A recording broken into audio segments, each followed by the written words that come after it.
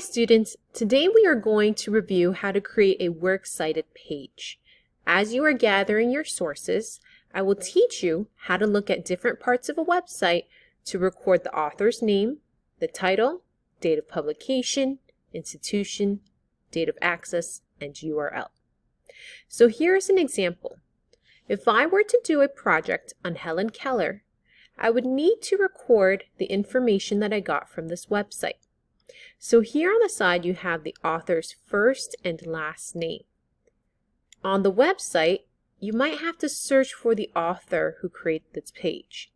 So I'm going to look around and see if there's an author. Sometimes it's at the bottom of the website. Other times it might be at the top. And other times they might just give you the company name.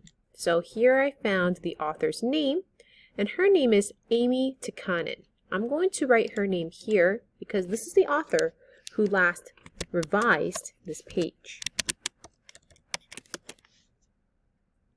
The title of the site is what the whole web page is called. So I'm going to scroll back up. And here is the title, Helen Keller, American author and educator.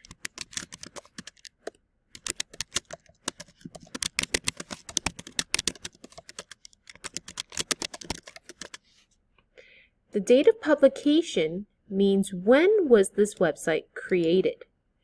So here we have the last time it was updated or created was August 23rd, 2022.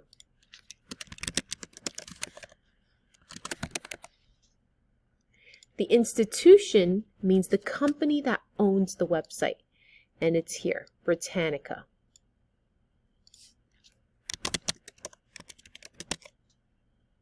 The date of access means what day are you visiting the website. So I'm going to use today's date, which is October 20th. So I'm going to write it as day, month, and year. And the URL is the easiest part. You're just copying and pasting the website's address. And there you have it. So now that you have all of your information here, we're going to use it to complete the next step of how to properly format a works cited page. Remember, you need at least 3 sources, and this is just an example of one for my topic.